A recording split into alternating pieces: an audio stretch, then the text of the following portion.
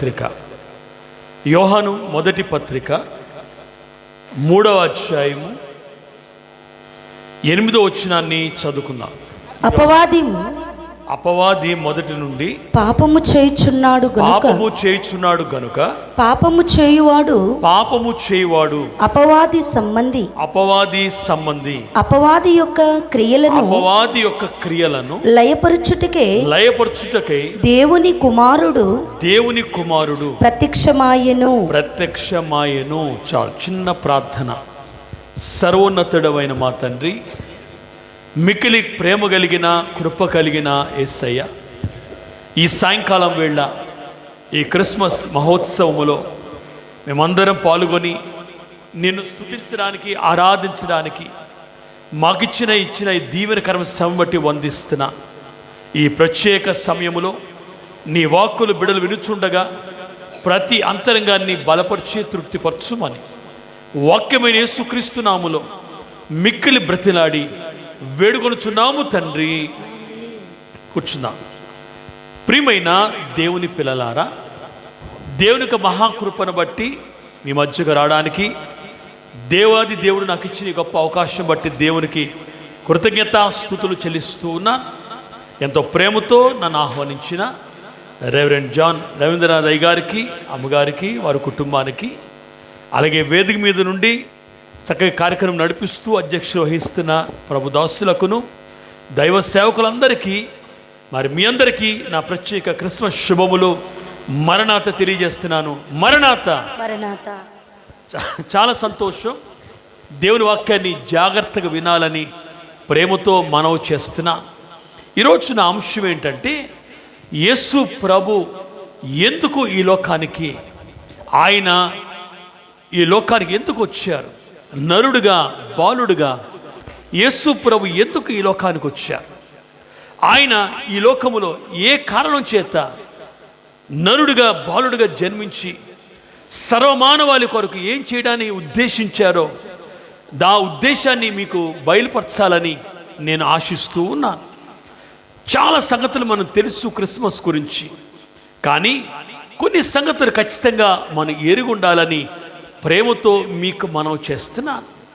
చూడండి, ఒక చిన్న కథ చెప్పి నా వాక్యలోకి వస్తా.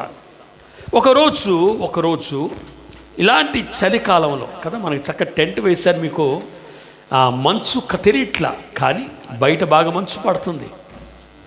ఇలాంటి చలికాలములో ఒక ఇంట్లో చలిమంట వేసుకొని ఒక తండ్రి కొడుకు ఇద్దరు కూడా మరి ఆ చలిమంట కాసుకుంటూ మరి వెచ్చదనములో ఉంటే బయట తుఫాన్లాగా వర్షం పడుతుందంట.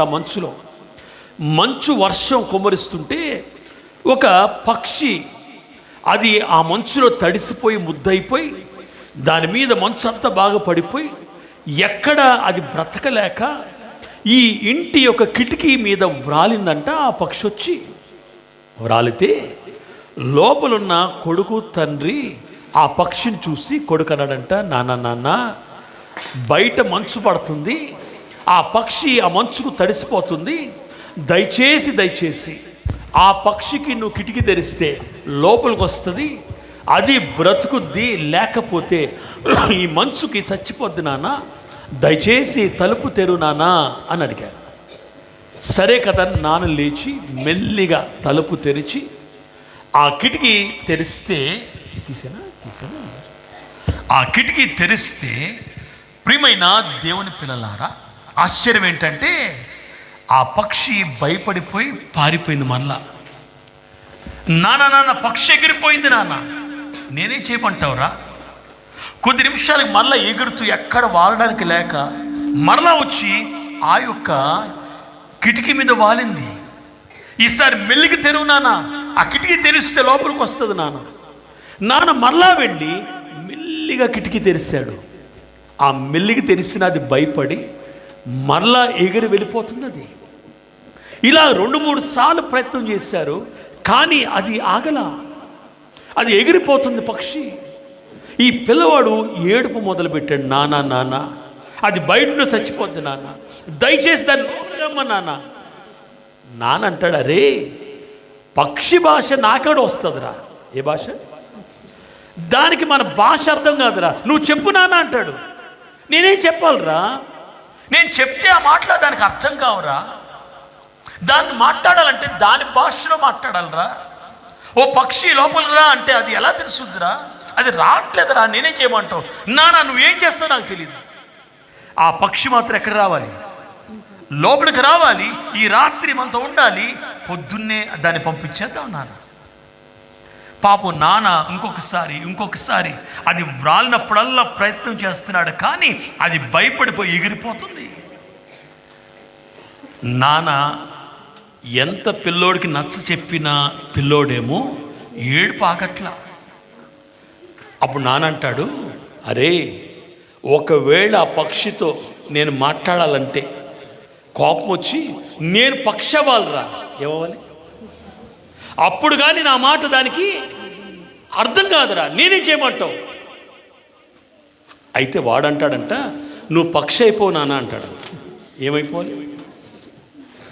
ఇప్పుడు ఈ మాట ఎందుకు చెప్పానంటే, కథ భూమి మీదకి దేవుడు నరుడుగా యేసయ్య లోకానికి వచ్చారు.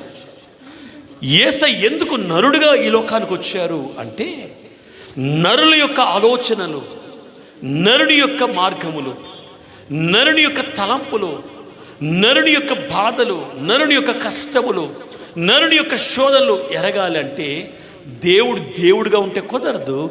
దేవుడు నరుడవ్వాల్సిందే. ఒక మనిషి పక్షి అయితే పక్షికి అర్థమైనట్లు దేవుడు నరుడైతే నరులకు ఆయన సహవాసం దొరుకుద్ది. అందుకొరకే యేసు ప్రభు నరుడుగా, బాలుడుగా ఈ లోకానికి రక్షకుడుగా వచ్చాడు. నేను 2 మాటలు చెప్పి ప్రాముఖ్యమైన వాక్యంలోకి వస్తాను. చాలా సంగతులు ఉన్నాయండి యేసు ప్రభు ఎందుకు నరుడయ్యాడు. చాలామందికి గమనించండి, యేసు ప్రభు ఇంకా అర్థం కావట్లా. చాలామందికి యేసు ప్రభు ఇంకా అర్థం కావట్లా. ఒక రకం చెప్పాలంటే క్రైస్తవులు కూడా అర్థం కావట్లా. యేసు ప్రభు ఎందుకొరకు ఈ లోకానికి వచ్చారు అంటే, చాలామంది అనుకునేది ఏంటో తెలుసా?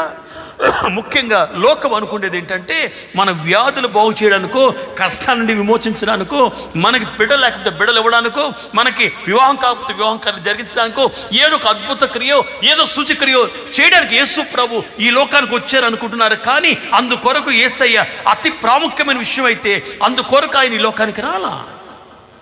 యేసు ప్రభు ఎందుకు ఈ లోకానికి వచ్చారు అంటే, చాలా ప్రాముఖ్యమైన కారణం ఏంటో తెలుసా? మనలను పాపం నుండి విమోచించి, అంత మాత్రమే అక్కడితో ఫుల్ స్టాప్ పెట్టలా. నిజమే, మనలను పాపం నుండి విమోచించడానికి ఏకైక రక్షకుడు మన ప్రభువైన యేసుక్రీస్తు. రక్షకుడు అనే మాట రాయబడింది. నేను ఒక మాట చెప్తాను, శరీర రక్షణే కాదు, ఆత్మకు రక్షకుడుగా యేసయ్య ఈ లోకానికి వచ్చారు. శరీర సంబంధమైన ప్రతి సమస్య, శరీర సంబంధమైన ప్రతి అలవాట్లు, శరీర సంబంధమైన ప్రతి విధమైన దేవునికి ఆయాస్కరమైన స్థితి, శరీర సంబంధమైన ప్రతి శోధన, శరీర సంబంధమైన ప్రతి విధమైన వాటిని విమోచించడానికి మాత్రమే కాక, ఆత్మ సంబంధమైన విమోచన కొరకు యేసయ్య ఈ లోకానికి వచ్చారు. అది చాలా ప్రాముఖ్యమైనది. భూమి మీద చాలా రక్షకులు ఉంటారండి. డాక్టర్లు రక్షకులే, వ్యాధిని బాగు చేస్తారు. పోలీసు వారు రక్షకులే, గమనించండి, మనకు కాపలా కాస్తారు. గమనించండి, జ్ఞానులు రక్షకులే, మన జ్ఞానమును దానంగిస్తారు. ధనవంతులు దానకర్తలైతే వారు రక్షకులే, బీదల మీద కనికరం చూపిస్తారు. కానీ ఈ రక్షకులందరూ కూడా శరీర సంబంధమైన విషయాలలోనే సహకరిస్తారు. కానీ ఆత్మ సంబంధమైన రక్షకుడు ఈ భూమి మీద కానీ పరలోకమందు కానీ లేడు, ఒక్క యేసు ప్రభు తప్ప. అందుకొరకు యేసయ్య ఈ లోకానికి వచ్చిన సంగతిని మనం గుర్తించాలి. నేను మొన్నే పోలవరంలో మాట్లాడుతూ యేసు ప్రభు ఎందుకు ఈ లోకానికి వచ్చారో చెప్తూ ఒక మాట జ్ఞాపకం చేశాను. తండ్రితో మనకి సమాధానం ఏర్పాటు చేయడానికి. సమాధానం ఇవ్వడం కంటే, దేవుడు నరుడు విడిపోతే తిరిగి మనల్ని ఐక్యపరచడానికి యేసు ప్రభు ఈ లోకానికి వచ్చారు. మనకి తండ్రికి సహవాసాన్ని ఇవ్వడానికి, మన చెయ్యి దేవుని చెయ్యి కలపడానికి యేసు ప్రభు మధ్యవర్తిగా, బాలుడుగా, నరుడుగా ఈ లోకానికి వచ్చారండి. ఆయన తండ్రి హస్తం మనం పట్టుకోవాలంటే, మనం తండ్రితో సమానమైన మహిమగల శరీరం ధరించుకోవాలంటే, అలాంటి స్థితిని మీకు ఇవ్వడానికి యేసు ప్రభు ఈ లోకానికి వచ్చారు. అందుకే మనం పాపరహితులుగా మార్చడానికి, వ్యాధి రహితులుగా మార్చడానికి, మనల్ని పరిశుద్ధపరచడానికి, మనం నిరపరాధులుగా మార్చడానికి, నిర్దోషులుగా మార్చడానికి, ఒక రకం చెప్పాలంటే నిష్కలంకులుగానే మాత్రమే కాక మహిమ కలిగిన సంఘముగా మనం మార్చడానికి యేసు ప్రభు ఈ లోకానికి వచ్చారు. బా, ఎంత దీవెనకరమైన మాట. మనలను తండ్రిని ఐక్యపరచడానికి యేసయ్య ఈ లోకానికి వచ్చారు. కానీ ఈ రాత్రి నేను చెప్పే మాట ఏంటో తెలుసా? మరొక ప్రాముఖ్యమైన కారణం చెప్తున్నాను. ఆ కారణం ఏంటి అంటే, దుష్టుడు సాతానుడు. గమనించండి, సాతానుడు సర్వమానవాన్ని పాడు చేయడానికి వాడు ప్రయత్నం చేస్తున్నాడు. మనలోకి పాప తలంపును ప్రవేశింపచేస్తున్నాడు. మనిషి పాపము ఎలా చేస్తాడు అంటే, ఫస్ట్ తలంపు ద్వారా. మనిషిలో పాపం ప్రవేశించే స్థలమే తలంపు. మీకు మొదటి అవ్వమ్మని వాడు శోధనలో పడిన కారణం ఏంటో తెలుసా? వాడు ఒక తలంపును కలిగించాడు, ఇది నిజమా అని మాట. ఎప్పుడైతే ఇది నిజమా అనే తలంపు ఆమెలో ప్రవేశించిందో, ఆమెలో యేసు ప్రభునందు లేకపోతే దేవుని యందు విశ్వాసము కోల్పోయి వాడి మాట విశ్వసించి, గమనించండి, వాడి బుట్లో పడిపోయింది. అవ్వమ్మ మొదట పాపం ఎలా చేసింది అంటే, చేత్తోనో పండు తింటో కాదండి. పాపం ఎలాగ ప్రవేశించింది అవ్వమ్మలోకి అంటే, తలంపు ద్వారా ప్రవేశించింది. నేటి కాలంలో మనలను కూడా సాతానుడు అనేక విషయాలలో, మన తలంపులలో, గమనించండి, పాడు చేసే తలంపులు పెడుతున్నాడు. ఈరోజు యేసయ్య ఎందుకు ఈ లోకానికి వచ్చారో గమనించండి. సాతాను ఎలా మనం జయించాలో క్లుప్తంగా నేను జ్ఞాపకం చేయాలి అని ఆశిస్తున్నాను. జాగ్రత్తగా దేవుని వాక్యాన్ని వినాలని ప్రేమతో మీకు మనవి చేస్తున్నాను. ఎక్కువసేపు నేను తీసుకోను, కానీ సాధ్యమంత వరకు 10 గంటలకల్లా నేను ముగించి నేను మీకు అవకాశం ఇస్తాను ఇంకా మిగతా కార్యక్రమాలకి. ప్రియమైన దేవుని పిల్లలారా, మరొక్కసారి చదువుకుందాం. చూడండి, యోహాను రాసిన మొదటి పత్రిక 3వ అధ్యాయము 8వ వచనం మరొకసారి చూద్దాం. చూడండి, అపవాది మొదట నుండి పాపము చేయుచున్నాడు. వాడు పుట్టుకే పాపంతో ప్రారంభించబడింది. చదువు నాన్న. గనుక పాపము చేయు ప్రతి వాడు ఎవరికి సంబంధించిన వాడు అవుతాడు? అపవాదికి సంబంధించిన వాడు. దేవుని పని చేసేవాడు దేవుని సంబంధి, అపవాది క్రియలు చేసేవాడు అపవాదికి సంబంధి. చదువునా.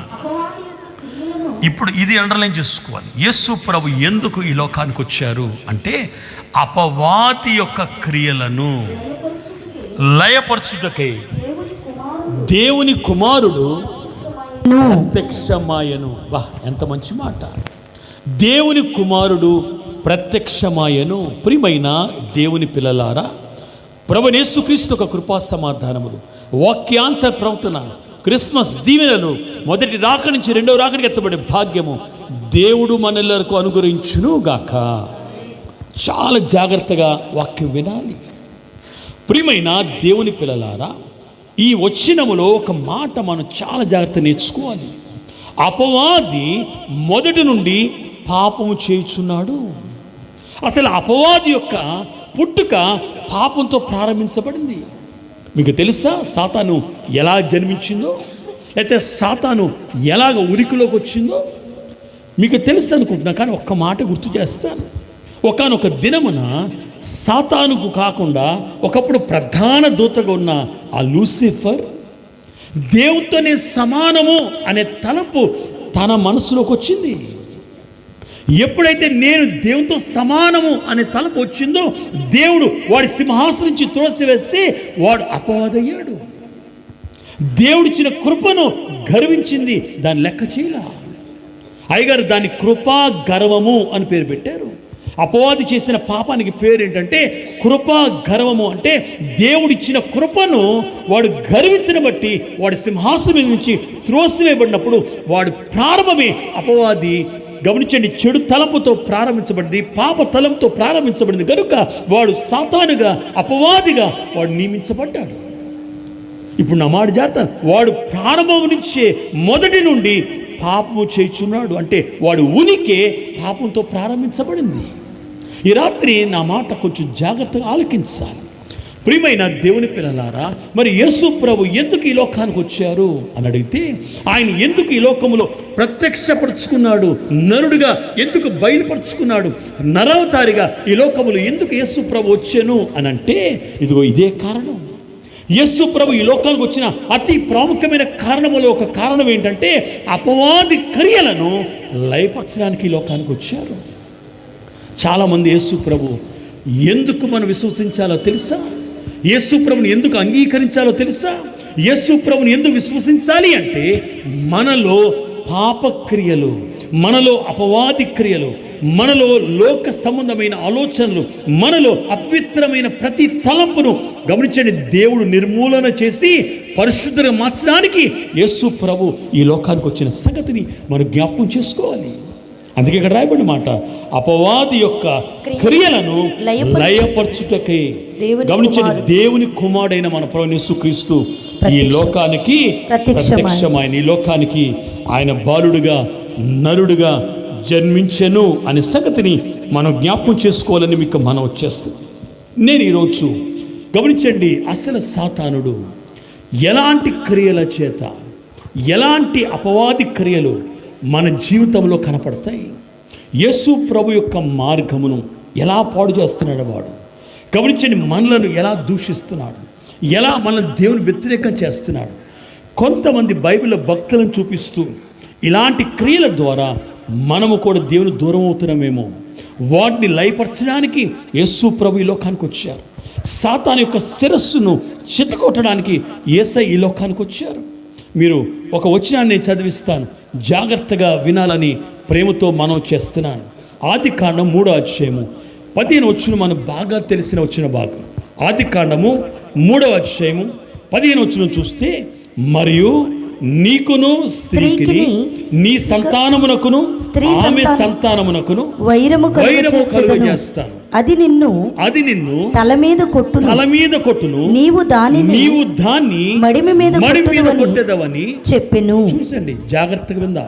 ప్రియమైన దేవుని పిల్లలారా, యేసు ప్రభు సాతాను ముఖం మీద మాట్లాడుతున్నప్పటికీ గమనించండి, ఆదములతో ఆయన మాట్లాడిన మాట ఏంటంటే, ఇదిగో అవ్వా, నా మాటలు జాగ్రత్త వినండి అని. మీరు శోధనలో పడిపోయారు, పాపంలో పడిపోయారు, మీరు పాప క్రియలు ఎప్పుడైతే ప్రారంభించబడియో మీరు సాతాను సంబంధాలుగా మార్చబడ్డారు. మిమ్మల్ని తిరిగి పరిశుద్ధపరచడానికి, అనగా దైవ సంబంధమైన క్రియలు మీలో ఉంచడానికి, మీ పాప నుండి విమోచించడానికి, పాప క్రియలు లయపరచడానికి నేను ఈ లోకానికి వస్తానని వాగ్దానం చెబుతూ ఆయన చెప్పిన మాట ఏంటో తెలుసా? నీకును స్త్రీకిని నీ సంతానమునకును ఆమె సంతానమునకు వైరం కలుగజేస్తాను. అది నిన్ను తల మీద కొట్టును. స్త్రీ సంతతికి వచ్చిన బాలుడైన యేసు ప్రభు స్త్రీ గర్భాన ఈ లోకాన్ని జన్మిస్తున్న మన ప్రభును రక్షకుడు యేసుక్రీస్తు సాతాను యొక్క శిరస్సును ఏం చేస్తాడంట? కొడతాడంట, చితుకు కొడతాడు. సాతాను యొక్క శిరస్సు అంటే ఏంటి? ఇప్పుడు నేను ఒక మాట అడుగుతాను కదా, దేవుడు శిరస్వరూపియా ఆత్మస్వరూపియా? ఆత్మస్వరూపి. దేవునికి ఏం లేదు, శరీరం లేదు. దేవుడు ఎవరు చెప్పండి? ఆత్మస్వరూపి. దూతలు శరీరస్వరూపుల, ఆత్మస్వరూపుల? దూతలు కూడా ఆత్మస్వరూపులు. సాతాను కూడా ఆత్మస్వరూపియే. మనుషులు శరీరస్వరూపులను ఆత్మస్వరూపులు కూడా రెండు మనలో ఉన్నాయి. ఇప్పుడు నా మాట జాగ్రత్త ఆలకించాలి. సాతానికి అసలు శిరసే లేదు, కానీ నీ తలను కొడతాను అంటే అర్థం ఏంటంటే వాడి తలంపులను అని అర్థం, వాడి క్రియలను అర్థం, వాడి ఆలోచన అని అర్థం, వాడు పన్నాగములను అర్థం. కాబట్టి సాతాను యొక్క శిరస్సును ఖండించడం అనేది నేను చేస్తానని ప్రభు వాగ్దానం చేశాడు. ఈరోజు నా మాట జాగ్రత్త ఆలకించాలి. దైవజనులు అయ్యగారు శిరశ్ఛేదన అనే ఒక సాతాను ఎదిరించే చక్కటి ఆయుధాన్ని మనకు అందించారు. ఆ శిరశ్ఛేదన చెప్పేటప్పుడల్లా మనం ఏం చెప్తుంది తెలుసా? దైవ వాక్యం అనే ఖడ్గము చేత, ఓ సాతానా నీ శిరస్సును ఛేదిస్తున్నాం, ఖండిస్తున్నాం, ముక్కలు చేస్తున్నాం. నీ శిరస్సును మేము చితకొడుతున్నాం. మా ప్రభు శిలువలో నీ శిరస్సును చితకొట్టినట్లుగా నేడును మేము దేవుని వాక్యమైన ఖడ్గము చేత నీ శిరస్సును ఖండిస్తున్నాం, ఛేదిస్తున్నాం అని మాట్లాడుతున్నాం. మనము కూడా ఈ మాట మాట్లాడితే సాతానికి భయం ఎక్కువ. ఇప్పుడు నా మాట జాగ్రత్త ఆలకించండి. సాతాను గురించి ఇక్కడ ఏం రాయబడిందో తెలుసా? ఈ మాటలోనే నువ్వు ప్రభు యొక్క మడిమను కొడతావు. ఏం చెప్పండి? ప్రభు యొక్క మడిమను కొడతావు. ప్రభు ఏమో నీ శిరస్సును కొడతాడు. మడిమను కొట్టడం అంటే మడిమ దేనికి సంబంధించింది? ఈ అవయవం దేనికి సంబంధించింది? మన పాదాలకి సంబంధించింది. మడిమ అంటే మన పాదాలకు సంబంధించింది. గమనించండి, మన మడిమను కొట్టడం అంటే అర్థం ఏంటి తెలుసా? మన నడకను పాడు చేయడం. నడకను పాడు చేయడం అంటే అర్థం ఏంటి తెలుసా? మన నడతను పాడు చేయడం. నడక వేరు, నడత వేరు. నడత అంటే క్యారెక్టర్. మనలను అపవాది క్రియల చేత పాడు చేయడం.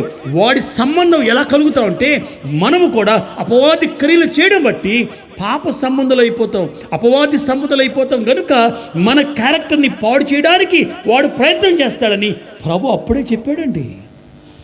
ఇప్పుడు ఆ పనిని జరగకుండా చేయడానికి యేసు ప్రభు ఈ లోకానికి వచ్చారు. యేసయ్య ఎందుకు ఈ లోకానికి వచ్చారు అంటే అపవాది క్రియలను కదా వాడు మడిమి మీద కొడతాడు కదా. కాబట్టి ప్రతి నడకని, ప్రతి నడతని పాడు చేయడానికి, గమనించండి, సంఘాన్ని కానీ లోకాన్ని కానీ పాడు చేయడానికి ఎవడు ప్రయత్నం చేస్తాడు? సాతాను ప్రయత్నం చేస్తాడు. మా ప్రభు ఏం చేస్తారు? దాన్ని జయించడానికి, దాన్ని శిరస్సును చిత్తకొట్టడానికి, దాని ప్లాన్ జరగకుండా చేయడానికి, దాని పన్నాగం లేకుండా చేయడానికి యేసు ప్రభు ఈ లోకానికి వచ్చిన సంగతిని మనం గుర్తించాలి. నేటి కాలంలో నేను చెప్పక్కర్లేదు, భూమి గమనించండి, మీరు వార్తలు వింటే ఎంత భయంకరమైన పరిస్థితులు కనపడుతున్నాయి. మీరు 10 వార్తలు వింటే దాంట్లో 8-9 వార్తలు చాలా భయంకరమైనవి, శరీర సంబంధమైన భయంకరమైన మాటలు వింటున్నాం. గమనించండి, 3 సంవత్సరాల పాపని సొంత తల్లి చంపేసిందంట. గమనించండి, వేరొక ప్రియుడితో ఉండడానికి అడ్డుగా ఉందని. గమనించే 3 నెలల పాపని, ఎన్ని నెలలు? ఒకడు 60 సంవత్సరాలు వాడు పాడు చేశాడంట. 3 నెలల పాప. ఇవన్నీ ఎవరు? అపవాది క్రియలు కాక ఏమనాలి? గమనించండి, మనుషులు ఎందుకు ఇంత భయంకరంగా క్రూరంగా తయారైపోతున్నారు? ప్రతి మానవులలో, ప్రతి మనిషిలో సాతాను వాడి క్రియలను ఎందుకు పెడుతున్నాడంటే ఈ భూమిని అంతటిని తన సొంతం చేసుకోవడానికి. ఈ భూమి మీద ప్రతి నరుడు తనకు కావాలి, తనకు సొంతంగా గమనించండి సృష్టించడానికి శక్తి లేక మనందరినీ తాను బిడలుగా సంపాదించుకొని తన యొక్క క్రియలను మనలో ప్రవేశింపజేసి వీళ్ళందరూ నా బిడలు అండ మొదలు పెడుతుంది. ఎంత భయంకరమైన వాడు అంటే మీకు తెలుసా? ఒకరోజు యేసయ్య 40 రోజులు ఉపవాసం ఉన్నాడు. ఎన్ని రోజులు? రాత్రి పగులు ఉపవాసం ఉన్నాడు. కొంచెం బలహీనంగా ఉన్నాడు ఆయన. కొంచెం బలహీనంగా ఉంటే, శరీర సంబంధమైన బలహీనం ఉంటే, ఆత్మలో మాత్రం రెట్టింపు బలముతో ఉంటే ఆ యేసయ్య దగ్గరికి ఈ శోధకుడు అనబడిన సాతానుడు వచ్చి గమనించి ఎలాగన్నా యేసయ్యని శోధించాలి, యేసయ్యని పడేయాలి ఆలోచన చేసి ఈ రాళ్ళను రొట్టెలు చేసుకో అని మాట్లాడి ఇంకొక మాట అందండి. ఏమన్నాడు తెలుసా? ఈ లోక మహిమంతా చూపించింది. ఏంటంట? ఈ లోక మహిమంతా చూపించి ఎత్తైన స్థలాన్ని తీసుకెళ్ళి నాకు ఒక్క నమస్కారం చేస్తే ఏం చేస్తాడంట? ఈ లోకమంతా అంటే ఈ లోకమంతా వాడు ఏమనుకుంటున్నాడు? నా వాళ్ళు ఎవరంట? ఏమండి నేను అంటాను, లోకము వాడు కలిగించాడా? మనుషులు వాడు సృష్టించాడా? కానీ లోకము నాది అని సృష్టికర్త ముందే అంత ధైర్యంగా నిలబడి వాడు మాట్లాడుతున్నాడంటే చిన్న విషయం కాదు. ఎందుకంటే వాడు సంబంధి ఎందుకు అయ్యారు మనం అంటే వాడి అపవాది క్రియలు ఎవరిలో ఉన్నాయి? మనలో ఉన్నాయి. యేసయ్య ఎందుకు వచ్చాడు లోకానికి? ప్రతి మానవాళిని పవిత్రపరచడానికి లోకానికి వచ్చాడు. యోబు అంటాడు ఒక మాట, పాప సహితుడిలో నుండి, ఏం చెప్పండి? పాపిలో నుండి. పాప సహితుడు అంటే పాపిలో నుండి, పాప రహితుడు అంటే పాపం లేని పరిశుద్ధుడు పుడితే ఎంత మేలు. ఎందుకు మేలు అంటే ఈ పరిశుద్ధుడు పాపిని పరిశుద్ధపరచడానికి గమనించండి శక్తిమంతుడు అవుతాడని. ఆ పని చేయడానికి యేసు ప్రభు ఈ లోకానికి వచ్చారు. జాగ్రత్తగా విన్నాను చూడండి. నేను అక్కడక్కడ ఒక్కొక్క క్యారెక్టర్ని తీసుకొని ఎలాగ సాతాను మడి మీద కొడుతున్నాడు, ఎలాగ మనిషి యొక్క బలహీనత మీద వాడి యొక్క శక్తి ప్రదర్శిస్తాడు. నేడు మన జీవితాల్లో కూడా అలాంటి పరిస్థితులు ఉంటే దయచేసి యేసుక్రీస్తునందు విశ్వాసం ఉంచి ప్రభు రక్తములో కడగబడి మన వస్త్రములు మన దేహముతో పాటు మన ఆత్మను శుద్ధి చేసుకొని క్రీస్తు ప్రభును మన అంతరంగములో గమనించండి చేర్చుకోవాలి. మనం చేస్తున్నాను. యేసు ప్రభు పవిత్ర హృదయాలలోకి ఆయన రావడానికి ఇష్టపడతాడు. మీకా రాసిన ప్రవచనములో 5:2 ఒక మాట ఉందండి. బెత్లెహేము, ఎఫ్రతా, యూదా వారి కుటుంబాలలో ఈ స్వల్ప గ్రామములో ఇశ్రాయేలు రాజు మీలో నుండి వస్తున్నాడు. అబ్బా, బెత్లెహేము అనే మాటకు అర్థం ఏంటి తెలుసా? బెత్లెహేము అంటే రొట్టెల ఇల్లు అని అర్థం. బెత్లెహేము అంటే రొట్టెల ఇల్లు అని అర్థం. రొట్టె వాక్యానికి సాదృశ్యం. ఎవరి హృదయములో అయితే వాక్యం ఉంటుందో వారి హృదయములోనికి ఎవరు వస్తారంట? ప్రభు వస్తారు. ఈరోజు చాలా జాగ్రత్త వినాలి. గమనించండి, దావీదు ఒక మాట అంటాడు, నేను నా హృదయములో వాక్యాన్ని నింపుకుంటున్నాను. నా హృదయములో వాక్యాన్ని నింపుకుంటున్నాను. నా హృదయంలో వాక్యం ఉంది కనుక నేను ఇంక ఎన్నడూ ఏం చేయను? పాపం చేయను. ఈరోజు మనలోకి వాక్యాన్ని తెచ్చుకోగలిగితే, మనలోకి బాలుడిని యేసు ప్రభు అనే వాక్యాన్ని తెచ్చుకోగలిగితే, మనలోకి ఈరోజు వాక్యాన్ని మన హృదయంలో భద్రపరచుకోగలిగితే మీరు అసలు లోక సంబంధం కానీ అపవాది క్రియలు కానీ మీలో ఉండవండి. ప్రతి చీకటి క్రియలు మన నుంచి అలా పారిపోతాయి. మనం పర్టికులర్గా ఈ క్రియలను తీసేయక్కర్లా. ఉదాహరణకి చీకటి గదిలో లైట్ వేస్తే చీకటిని తరవక్కర్లా, ఆటోమేటిక్గా చీకటి ఏమైంది? సేమ్ అంతే, వాక్యం అనే వెలుగు మీ హృదయంలోకి వస్తే ఆటోమేటిక్గా పాప క్రియలు మనలో నుంచి లయపరచబడతాయి. అందుకే వెలుగైన దేవుడు ఈ లోకానికి వెలిసెను దాత్రిలో అన్నారు అయ్యగారు. కనుక ప్రియమైన దేవుని పిల్లలారా, ఉదాహరణకి నేను అబ్రహామును తీసుకుంటున్నాను. ఒకరోజు అబ్రహాము తన భార్యను తీసుకొని ఐగుప్తుకు వెళ్ళాల్సి వచ్చింది. నా మాట జాగ్రత్త వినాలి. ఒకరోజు అబ్రహాము తన భార్యను తీసుకొని ఐగుప్తు వెళ్ళాల్సి వచ్చింది. అబ్రహాములో సాతానుడు ఒక తలంపును కలిగించాడు. ఏంటా తలంపు అంటే తెలుసా? అబ్బా, నీ భార్య ఎంత అందగత్త తెలుసా? ఎప్పుడైనా చూసావా సరిగ్గా? నిజమే అన్నాడు అబ్రహాము. నిజమే, అది కూడా శారమ్మ చాలా అందగత్తె, చాలా బాగుంటుంది. ఇప్పుడు ఇలాంటి అందగత్తెను దేశం కాని దేశంకి వచ్చావు, ఇది నీకు పరదేశము కాబట్టి ఈ దేశంలో రాజు కానీ ఏ పెద్దలు కానీ నీ భార్యను చూసి ఒకవేళ ఇష్టపడితే నిన్ను చంపేస్తాడు నీ భార్యను చేర్చుకోవడానికి అనే మాట తలంపు కలిగించింది. వెంటనే అబ్రహాంతో అంటుంది, నువ్వు ఏదో ఒక అబద్ధం ఆడి నీ భార్యని దక్కించుకో, నీ ప్రాణాన్ని దక్కించుకో అండ మొదలుపెట్టింది. చూసారా, సాతానుడు మనలందరినీ ఏం చేయాలనుకుంటాడంటే ఇలాంటి పరిస్థితులు తీసుకొస్తాడు. ఇది అబ్రహాంకు ఒక పరిస్థితే చెప్తున్నా. మన జీవితంలో కూడా ఎక్కడ నీ భర్త ఏమంటాడో, ఎక్కడ లోకం ఏమంటుందో, ఎక్కడ సమాజం ఏమంటుందో, ఒక అబద్ధం ఆడితే ఎవడు తెలుసుద్ది? ఇందాక ప్రభు దగ్గర కూడా అంతే. ఒక్క నమస్కారం నా ముందు పెట్టు చాలు. ఒక్క నమస్కారం ఎవరు చూడట్లా, నేను ఒక్కడే ఉన్నా ఇక్కడ. ఒక్క నమస్కారం పెడితే అసలు నీకు సిలువే ఉండదు, నువ్వు శ్రమ పడక్కర్లా, ఈ లోకమంతా నీకు అప్పగించి నేనే వెళ్ళిపోతానంటుంది. సాతానుడు శోధించే విధానం ఇలాగుంటుందండి. అబ్రహాము ఏమన్నాడంటే శారమ్మను పిలిచి, అరే ఒకవేళ ఎవరైనా నీ ప్రక్కన ఒక ఆయన నడుస్తున్నాడే పెద్ద ఆయన, ఎవరు అని నిన్ను అడిగితే మా అన్నయ్యని చెప్పు, నన్ను అడిగితే నువ్వు చెల్లెలని చెప్తాను, లేకపోతే నా ప్రాణం పోద్ది, నన్ను చంపి నిన్ను తీసుకెళ్ళిపోతారేమో అన్నాడు. సాతానికి ఎక్కలేని సంతోషం. అబ్రహాము గమనించండి, విశ్వాస తండ్రిగా ఆయన వృద్ధవుతున్నప్పుడు ఇలాంటి ఆయన్ని పాడు చేస్తే గమనించండి, అసలు యేసు ప్రభు జననము అబ్రహాము సంతానం నుంచి రావాలి, ఆ సంతానం రాకుండా జరిగిపోద్దని వాడు ఒక ఆలోచన. ప్రభు మార్గాన్ని పాడు చేసే విధానం ఇది. కానీ ఆశ్చర్యం ఏంటంటే అదే మాట అబ్రహాము చెప్పాడు, కానీ గమనించండి సాతానుకు భయపడి కాదు. ఒక మాట నేను చూపిస్తాను బైబిల్లో, మీరు తీయగలిగితే తీయండి. ఆది కాండం ఒకసారి తెరుద్దాం. ఆది కాండము 9వ అధ్యాయం, క్షమించండి, ఆది కాండము 20వ అధ్యాయం. ఆది కాండం 20వ అధ్యాయం 11, 12 వచ్చాను చదువుకుందాం. ఆది కాండము. అబ్రహాము, చూడండి, అబ్రహాము ఈ స్థలమందు దేవుని భయము, చూడండి, దేవుని భయము ఏమాత్రమును లేదు గనుక, చూడండి, ఏమాత్రము అబ్రహాం అంటున్నాడు, దేవుని భయం ఏమాత్రం లేదు కనుక నా భార్య నిమిత్తము నన్ను చంపుదురనుకొని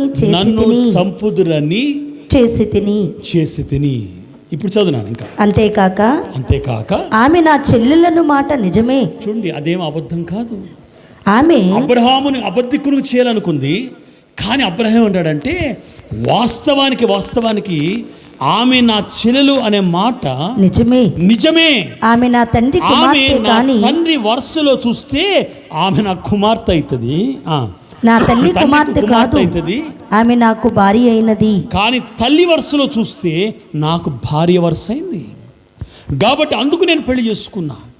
అంటే సాతానుడు అబ్రహామును అబద్ధికుడు చేస్తే, అబ్రహాము అబద్ధికుడైతే, పవిత్రపరచబడకపోతే అబ్రహాము హృదయంలోనికి లేకపోతే అబ్రహాము సంతతిలోనికి ఆశీర్వాదం రాదు. ఆ ఆశీర్వాదమే సర్వలోకం రక్షించే రక్షకుడు జన్మిస్తాడనే సంగతి జరగదు అని సాతాను యొక్క ప్లాన్.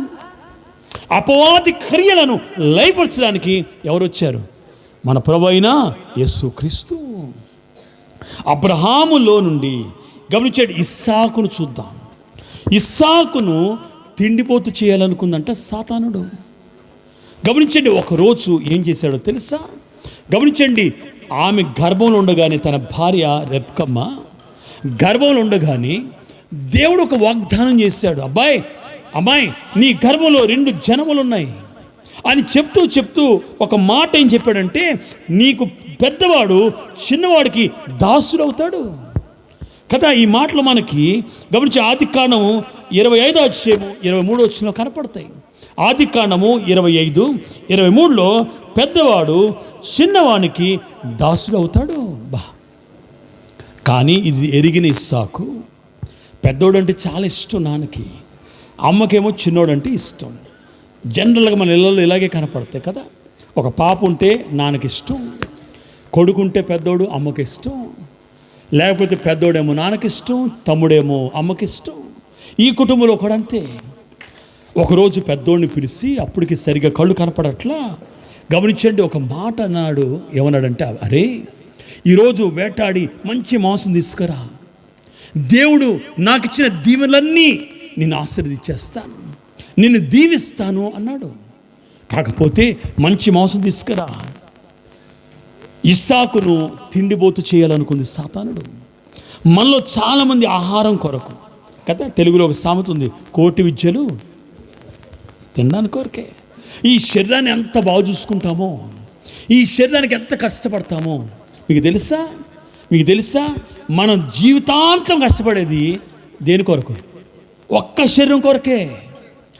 ఎన్ని మందులు వాడినా, ఎన్ని వైద్యాలు చేయించినా, ఎన్ని మేకప్లు వేసినా, ఎంత భోజనం చేసినా కేవలం శరీరాన్ని తృప్తిపరచడానికి మాత్రమే. ఆత్మను ఏం చేస్తాం? అసలు మీరెవరో తెలుసా? మీ శరీరం మీరు కాదు, మీ ఆత్మ మీరు. శరీరం మట్టి నుండి వచ్చింది, ఆత్మ దేవుని దగ్గర వచ్చింది. ఆత్మ దయచేసిన దేవుని దగ్గరికి వెళ్ళాలి.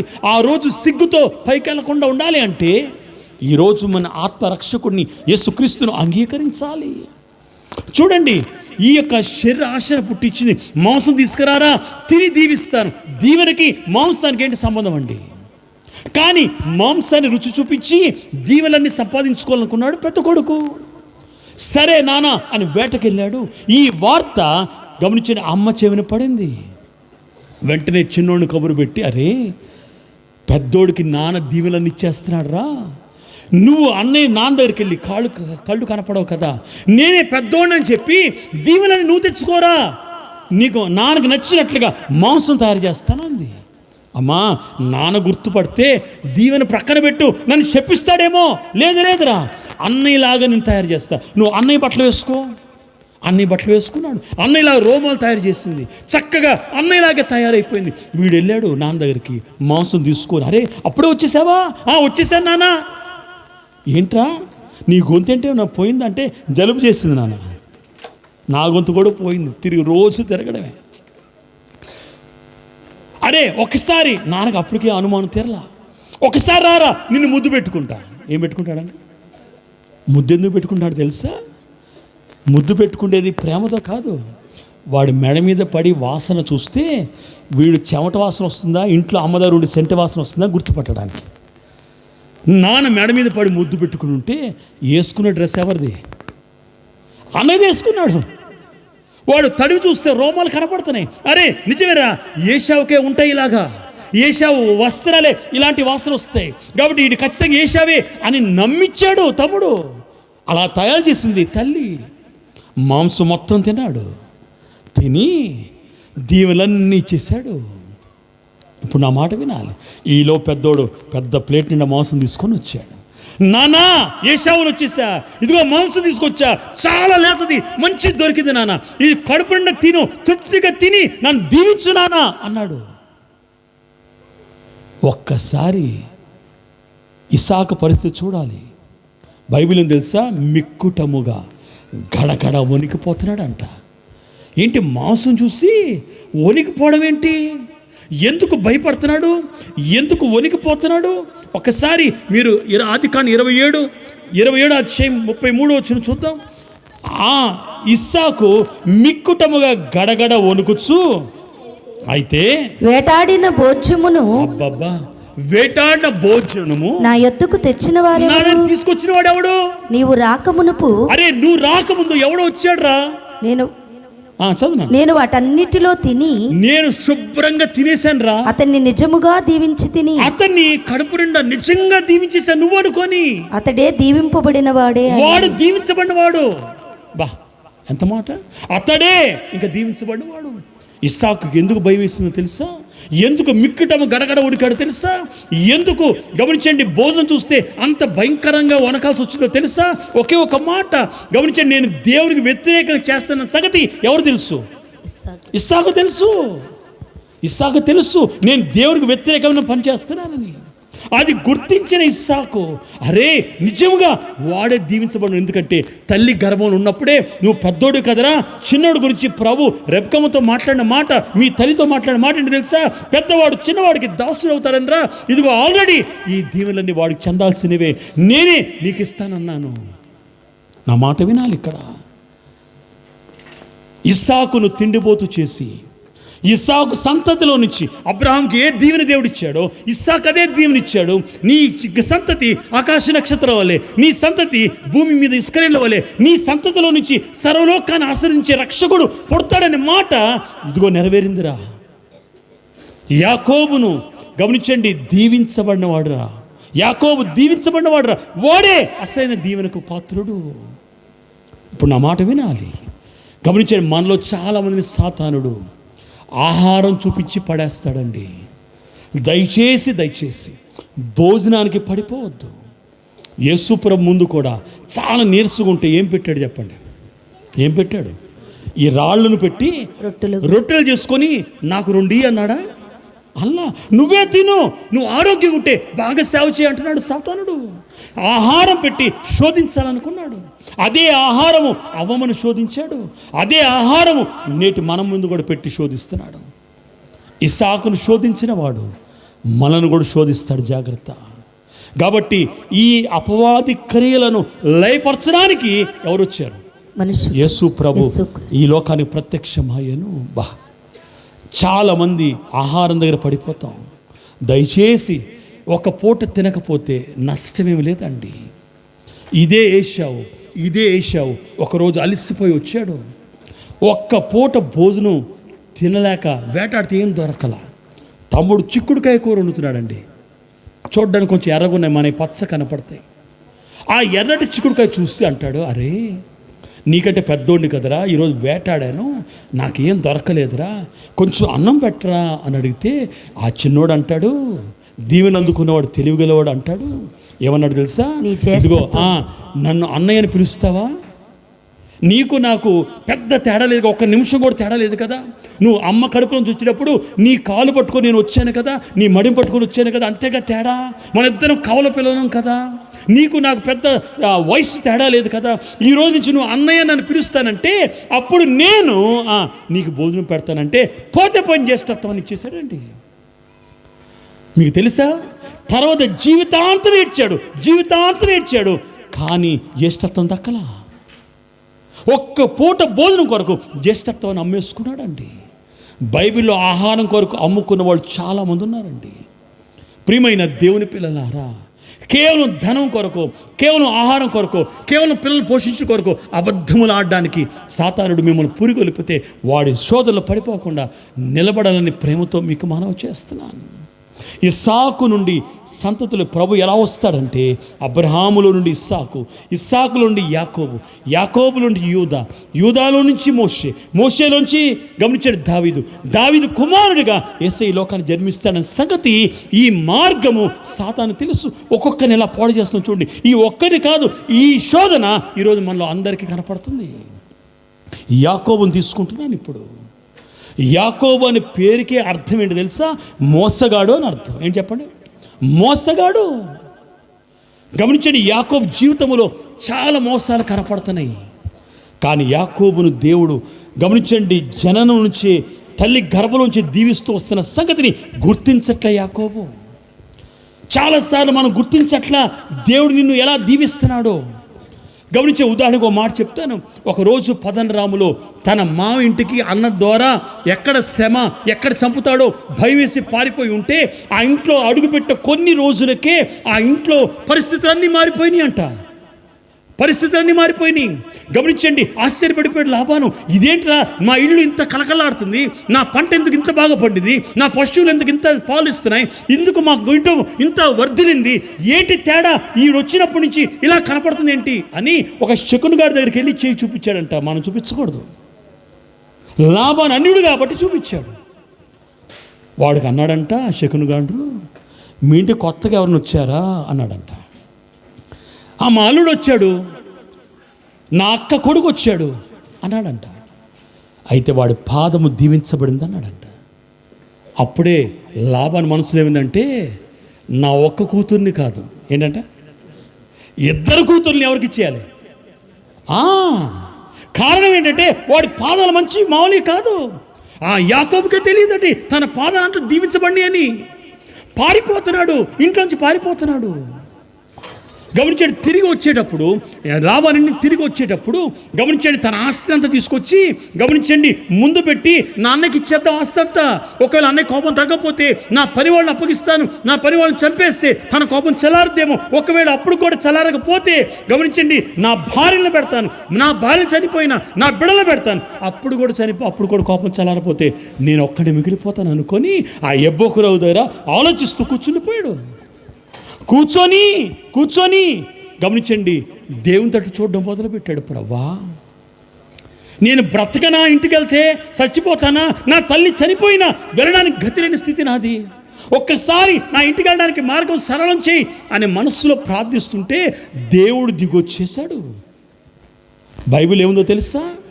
మీరు చూడగలిగితే గమనించండి, ఆదికాండం 33వ అధ్యాయం తెరవండి, 32వ అధ్యాయం క్షమించండి. ఆదికాండం ఒకసారి తెరిస్తే గమనించండి, అక్కడ ఒక మాట చూపిస్తాను. 32:24 చూపిస్తాను.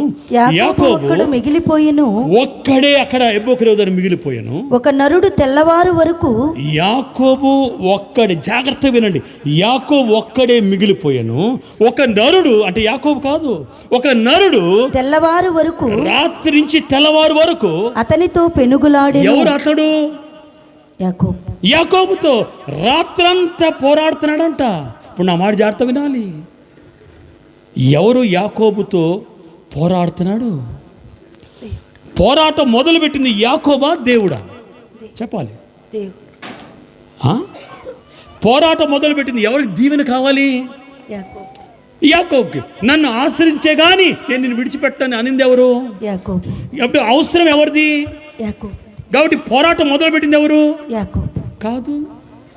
అదే కదా మనం చదివించింది. అందుకే ఇప్పుడు చదవండి జాగ్రత్తగా. అతడు అంటే యాకోబు. చూడండి, యాకోబు ఒక్కడు మిగిలిపోయెను. ఇప్పుడు చూడండి, జాగ్రత్త నిదానం చదువు. యాకోబు ఒక్కడే మిగిలిపోయాడు. ఇప్పుడు ఒక్కడే ఉన్నాడు యాకోబు, నాలాగా నేను ఒక్కడే ఉన్నాను. ఒక నరుడు ఇప్పుడు ఒక నరుడు వచ్చాడు. ఎవరు? యాకోబు కాదు, ఇక్కడ దేవుడు నరుడై వచ్చాడు. అక్కడ పాత నిబంధనలో కూడా ఒక నరుడు తెల్లవారు వరకు అతనితో పెనుగులాడెను. ఈ అతడెవడు? యాకోబుతో. ఎవరి నరుడు? దేవుడు. గమనించే, దేవుడు యాకోబుతో పోరాటం మొదలుపెట్టింది ఆయన, యాకోబు కాదు.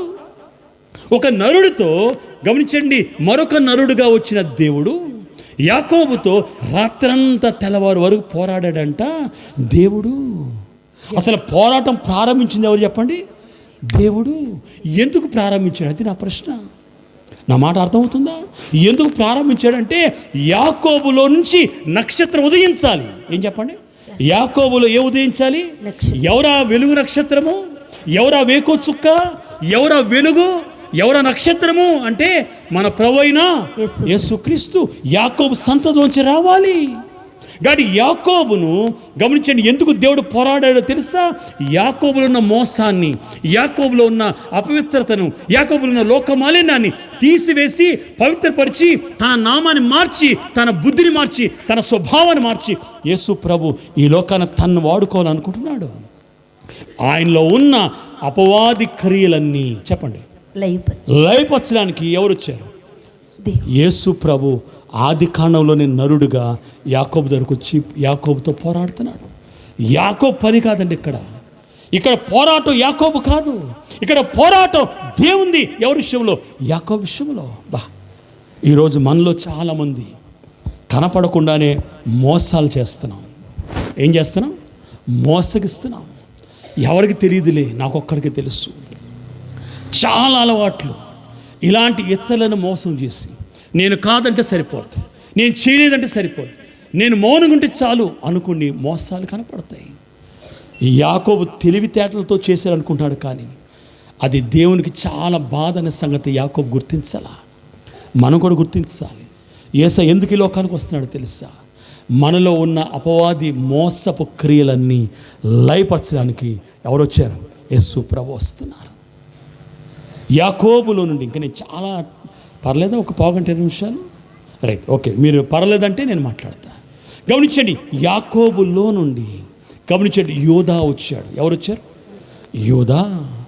వాస్తవానికి యాకోబు సంతతిలో 4వ వాడు, కానీ గమనించండి, మొదటివాడు రూబేను పాడు పని చేయడం బట్టి యాకోబు సంతతిలో మొదటి జ్యేష్ఠుడు రూబేను పోగొట్టుకున్న స్థితిని బట్టి 4వ వాడైన సంతతి యూదా జ్యేష్ఠుడైపోయాడు. ఇప్పుడు నా మాట వినాలి జాగ్రత్తగా. యూదాని గురించి చక్కటి వాగ్దానం 49వ అధ్యాయంలో కనపడుతుంది. వద్దులే కానీ నేను వినండి ఒక మాట చెప్తాను. యూదాలో కూడా గమనించండి ఒక భయంకరమైన దుఃఖకరమైన గమనించండి బలహీనత కనపడింది. ఒకరోజు నాన్న యోసేపుకి భోజనం ఇచ్చి పంపిస్తూ, అరే అన్నలు ఉన్నారా, వెళ్ళి భోజనం ఇచ్చి రారా అంటే అన్నల దగ్గరికి భోజనం తీసుకొని వచ్చాడండి యోసేపు. సింపుల్గా చెప్తున్నాను, గమనించండి. భోజనం తెస్తే అన్నలు దూరం నుంచి చూసి, అరే ఈ కలలు కనేవాడు వస్తున్నాడు రా, వీడు నాన్నకి చాలా ఇష్టడు రా, ఇలాంటి వాడిని పాడు చేయాలరా, ఇలాంటి వాడిని బ్రతకనీయకూడదురా, ఇలాంటి వాడిని చంపేద్దాంరా అని ఆలోచించి రాగానే వాడిని పట్టుకొని వాడు వేసుకున్న వస్త్రాన్ని ప్రక్కన పెట్టి వాడు తీసుకెళ్ళి పాడిపోయిన గుడిలో పడేసి ఆడు ప్రాణం పోయే వరకు అక్కడ ఉంటాడురా, ఎవడు పిలిచినా ఇక్కడ ఎవడు పలకర్రా అని వాడిని కొట్టి పడేస్తే వాడు చచ్చిపోవడానికి సిద్ధమైపోతే ఆ సమయంలో యూదాకి ఒక తలంపు వచ్చింది. ఆ తలంపు ఏంటో తెలుసా? అరే వీడు చచ్చిపోతే నేరం మన మీదకి వస్తుంది, ఓ పని చేద్దాం, మనం వీడిని ఇష్మాయేలుకి అమ్మేద్దాం, డబ్బుకు డబ్బు వచ్చుద్ది, వాడు పీడ విరగడవుతుంది అనగానే మిగతా అన్నలందరంట సమ్మతించారంట. ఏం చేశారు చెప్పండి? ఉదాహరణకు మీరు ఆ మాట చదువుకుందాం. చూడండి, ఆదికాండం 37 గమనించండి, 26, 27 లేకపోతే 27 మాత్రం చూద్దాం. 27 అప్పుడు ఆదికాండము 37, 27 ఈ ఇష్మాయిలకు వానిని అమ్మివేయుదుము రండి, వాణ్ణి అమ్మివేదో రండి, వాడు మన సహోదరుడు, వాడు మన సహోదరుడు, మన రక్త సంబంధి కదా, మన రక్త సంబంధి కదా, వానికి హాని ఏమియు చేయరాదని మనం ఎందుకు హాని చేయడం, వాడెందుకు మనం చంపడం అని తన సహోదరులతో చెప్పెను. సహోదరులతో యూదా చెప్పాడు. అందుకు సహోదరులు సమ్మతించిరి. సహోదరులందరూ మిగతా అన్నలు కూడా ఓకే వీడిని అమ్మేస్తే పోయిద్దిలే. అప్పుడు ఏం చేశారు కింద చదువునాను? మిద్యానీయులైన వర్తకులు ఆ మీదుగా వెళ్ళుచుండగా వారు ఆ గుంటలో పడివేసిన ఆ యోసేపుని పైకి తీసి ఆ ఇష్మాయేలీలకు 20 తులముల వెండికి, ఏం చెప్పండి, 20 తులముల వెండికి అతనిని అమ్మివేశారు. ఇప్పుడు చూడండి, ఇక్కడ యోదా తమ్ముడు ఏం చేశారు చెప్పండి, అమ్మేశాడు. యేసు ప్రభు కాలంలో ఉన్న ఇస్కరియోతు యూదా ఎవరు అమ్మేశాడు? ఇక్కడ అమ్మడానికి వీళ్ళెవరు, అక్కడ అమ్మడానికి వాడెవడు? నేను అంటాను, యేసు ప్రభుని అమ్మడానికి ఇస్కరియోతు యూదా ఎవడు? ఆయనకే హక్కు ఉందండి యేసు ప్రభుని అమ్మడానికి. శిష్యుడు గురువుని అమ్మడానికి ఏ అధికారం ఉంది? ఇక్కడ కూడా చూడండి, తన తమ్ముడు ఈయన కనలా ఏ అధికారం చేత యూదా తన సహోదరుని వెండి నాణ్యములకు అమ్మేస్తున్నాడు? నమ్మక ద్రోహి. ఏం చెప్పండి, ఎంత దీవెనకరమైన సందర్భంలో గమనించండి. ఎలాంటి స్థితిలో ఉండాలి, ఎలాంటి కడుపున పుట్టారు, ఎలాంటి దీవెనకరమైన పరిస్థితి ఉండాలి, కానీ ఎలాంటి నమ్మక ద్రోహము వీళ్ళు ప్రవేశించింది. సాతానుడు గమనించండి ఎలా పాడు చేస్తున్నాడో ఆలోచించండి. వాళ్ళని ఎలాగా మలుస్తున్నాడు చూడండి. యోదాలో నుంచి యేసు ప్రభు వస్తాడని, యోదా నీ రాజదండము నిత్యం నిలుస్తుంది అనే సంగతిని పాడు చేయాలని ఆలోచించాడు. యోదా గోత్ర సింహము వస్తాడని సాతాను తెలుసు, దాన్ని పాడు చేయాలని ఆలోచిస్తున్నాడండి. కానీ ప్రియమైన దేవుని పిల్లలారా, దేవుడు ఊరుకోలేదండి యోదాని. ప్రియమైన దేవుని పిల్లారా, యూదాలో నుండి కొంత సంత తర్వాత మోషే వచ్చాడు. మోషేని ఒక్కొక్క మాట చెప్తాను. మోషేని నరహంతకుడుగా మార్చాడండి.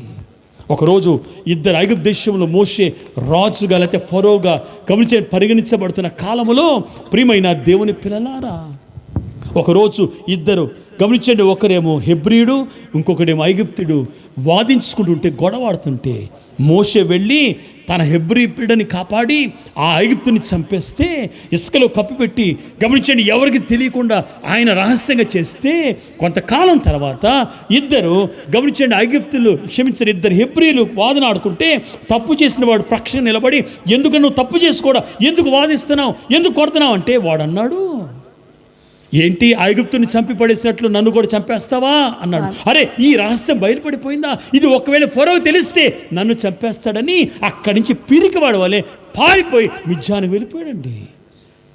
మోషేని అలా నరహంతకుడు ఉంచాలనుకున్నాడు, కానీ దేవుడు మోషేని పట్టుకున్నాడు పొద ద్వారా. ఆ మిద్యానులోనే ఆ పొదలో ద్వారా మాట్లాడి మోషే మోషే నిన్ను ఫరోకి దేవుడుగా చేస్తాను వెళ్ళు అని పంపించాడండి. నరహంత స్థితి మనలో కనపడుతుంది చాలా మందిలో. నేను అంటాను, మనం పొడిస్తే చంపినట్టు కాదండి, ఎవరినో చంపేస్తే నరహంతకులు కాదండి. మీకు తెలుసా, మనం ఒక భయంకరమైన మాట అవతలడు మనసు చివుకుమన్నట్లుగా మీరు మాట్లాడితే అది నరహత్యతో సమానం.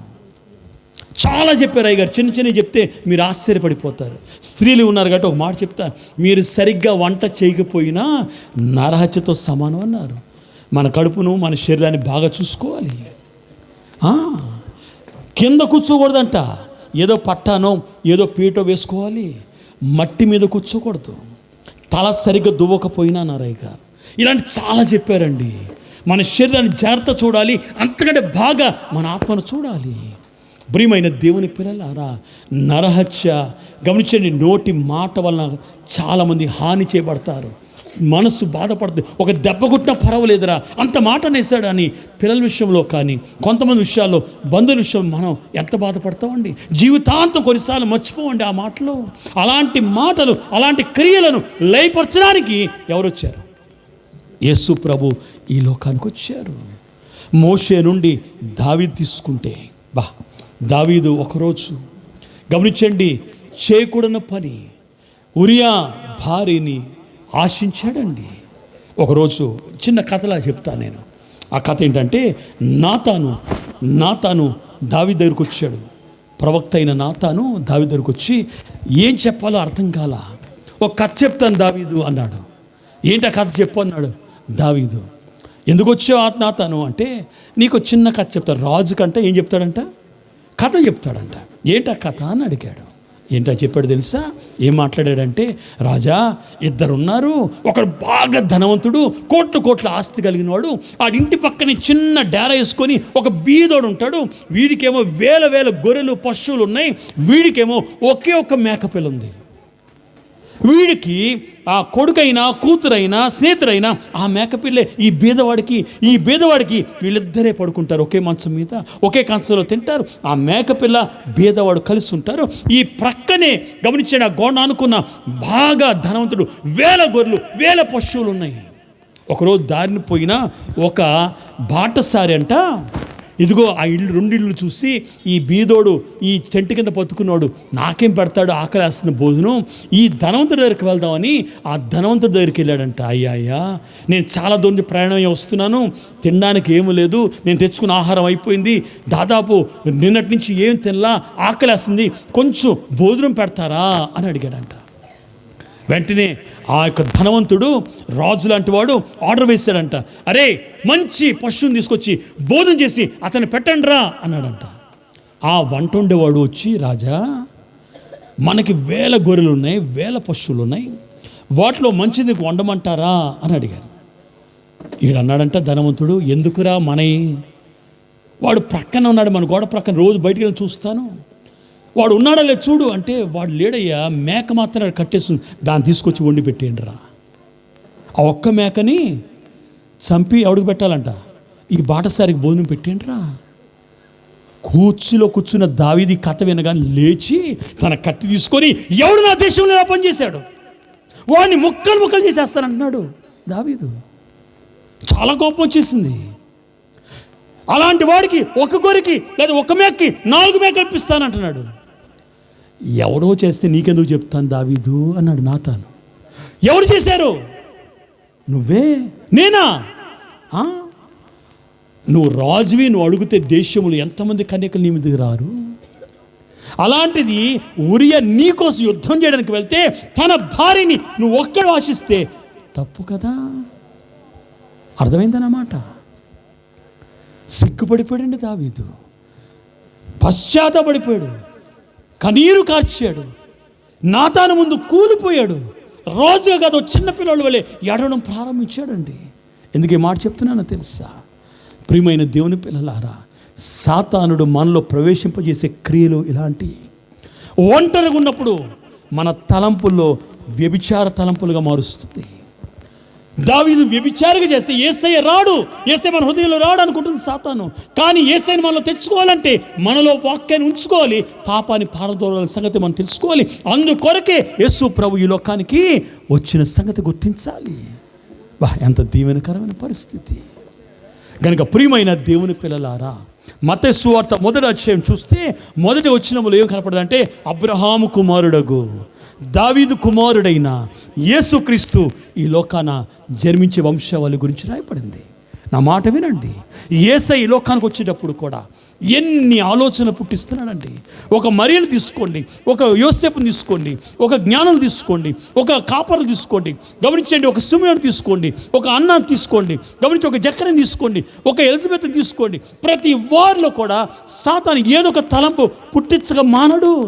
కానీ వారు జయిస్తూ వచ్చారు. ఎందుకంటే యేసయ్యా నా రక్షకుడు నీవు, నా ఆత్మకు రక్షకుడు నీవు. ఉదాహరణకి యోసేపుని తీసుకోండి.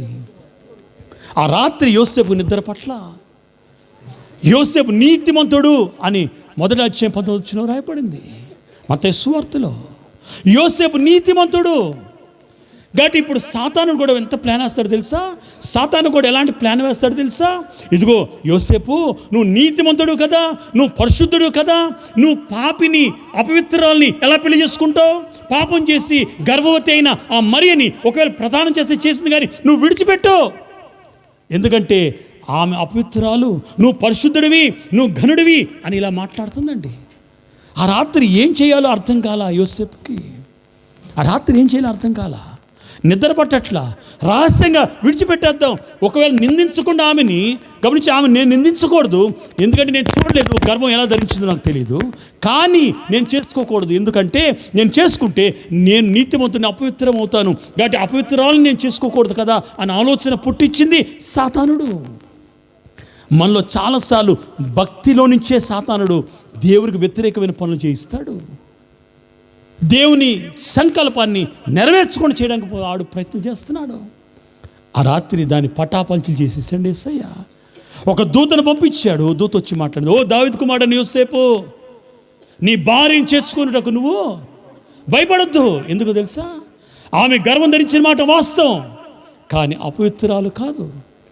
ఆమె గర్భం ధరించింది పరిశుద్ధాత్మ వలన. ఎప్పుడైతే ఈ మాట ఆయన చెవిన పడిందో ఎక్కలేని ఆనందం, ఎక్కలేని సంతోషం. వెంటనే సాతాను క్రియలు తన తలంపులో లేకుండా తీసివేసి వెంటనే తన భార్యను చేర్చుకునేను అని రాయపడింది. ఈరోజు మనం కూడా నేర్చుకోవాలి. చిన్న పిల్ల మరియా సుమారు 14-15 సంవత్సరాలు ఉంటుంది. ఎన్ని తలంపులు పెట్టి ఉంటుందండి సాతానుడు. నువ్వు ఒకవేళ గర్భవతి అయితే నీ భర్త పెళ్లి చేసుకుంటాడా? ఎవరైనా చెప్తే నేను పరిశుద్ధాత్మల గర్భం ధరించానంటే ఒక్కడని నమ్ముతాడా? నీ సొంత ఇంట్లో వాళ్ళు నమ్ముతారా? నీవు కాబోయే భర్త ఎలా నమ్ముతాడు? నీ స్నేహితులు ఎలా నమ్ముతారు? నీ బంధువులు ఎలా నమ్ముతారు? సమాజం నిన్నేం చేస్తుంది? ఒకవేళ నిన్ను నమ్మకపోతే వాళ్ళు చేసే పనిని తెలుసా? ధర్మశాస్త్ర ప్రకారంగా నిన్ను రాళ్ళతో కొట్టి చంపేస్తారు. నీతో పాటు నీ గర్భంలో శిశువు కూడా ఏమవుతుంది? చచ్చిపోతాడు. కాబట్టి దేవునికి నో అని చెప్పు. ప్రభా, నేను గర్భం ధరించను, పెళ్ళైన తర్వాత గర్భం ధరిస్తా. కానీ దేవునికి ఎలా కావాలి? వివాహం కాని కన్యక. ఎందుకంటే వాగ్దానం అది. యెషయా గ్రంథంలో ఉన్న వాగ్దానం, కన్యక గర్భవతి కుమారుని కనును. ఆ మాట నెరవేరాలి. ఎన్ని ఆలోచనలు పెట్టుంటాడో. అయినప్పటికీ ఏముందో తెలుసా? ఈ ఆలోచనని నాకు అక్కర్లా, నేను దేవునికి దాసురాలను అంది. దేవుని దాసురాలంటే అర్థం ఏంటో తెలుసా? ఇంకా నాకంటే ఇష్టమే ఉండదు, నా ఇష్టాన్ని ఆయన చేత పెట్టి ఆయన ఇష్టాన్ని నెరవేరుస్తా అంతే. కొడితే కొట్టారు, చంపితే చంపారు, అవమానపరుస్తారు, ఏం జరిగినా పర్వాలా, దేవుని చిత్తము నాయడలు నెరవేరడానికి వచ్చినప్పుడు నేను నో అన్ను, కాదు అన్ను అని సాతాను యొక్క తలంపులను, సాతాను యొక్క క్రియలను తన మనస్సులో తీసివేసుకుంది వాక్యాన్ని బట్టి. ఈరోజు మనం నేర్చుకోవాలి. కనుక ప్రియమైన దేవుని పిల్లలారా, యేసు ప్రభు ఎందుకు ఈ లోకానికి వచ్చారు కదా? అపవాది క్రియలను లయపరచడానికి. కాబట్టి మనలో కూడా ఇలాంటి ఆలోచనలన్నీ తీసివేసుకొని పవిత్రపరచబడి క్రీస్తు రక్తంలో కడగబడి యేసు క్రీస్తును స్వకీయ రక్షకుడు అంగీకరించి ఆయన మాత్రమే కొనియాడి ఆయన మాత్రమే ఆరాధిస్తూ, అవసరమైతే లోకములు ఇలాంటి శోధనలు కదా, వ్యభిచార తలంపులు కానీ, గమనించండి, నరహంస చేసే తలంపులు కానీ, లేకపోతే అబద్ధమాడే స్థితి కానీ, లేకపోతే ఇంకొక పాపం కానీ, ఇంకొక మోసం కానీ, ఇంకొక నమ్మక ద్రోహం కానీ, ఇంకొక అబద్ధికులు కానీ, ఎలాంటి ఆలోచనలు ఉన్నా మనం సాతాను సంబంధులు అయిపోతామమ్మా. పైకి మరియమ్మని పెట్టుకున్నా, పైకి మార్తమ్మని పెట్టుకున్నా, పైకి యోసేపు అని పెట్టుకున్నా, ఏ పేరు పెట్టుకున్నా, పై క్రైస్తవులుగా ఉన్నా, ఒకవేళ మనలో చెడు తలంపులుంటే ఎవరి సంబంధంలో? పరిశుద్ధ తలంపులుంటే ఎవరి సంబంధంలో? యేసయ్య మీతో అలాంటి సంబంధం పెట్టుకోవడానికి వచ్చారు. ఆయనతో అలాంటి సహవాసం కలిగి మనము కూడా నిజమైన క్రిస్మస్ ఆరాధనలు అవుదాం. అట్టి దీవెన ఆశీర్వాదము దేవుడు మనలకు అనుగ్రహించును గాక. ప్రార్థన చేసుకుందాం.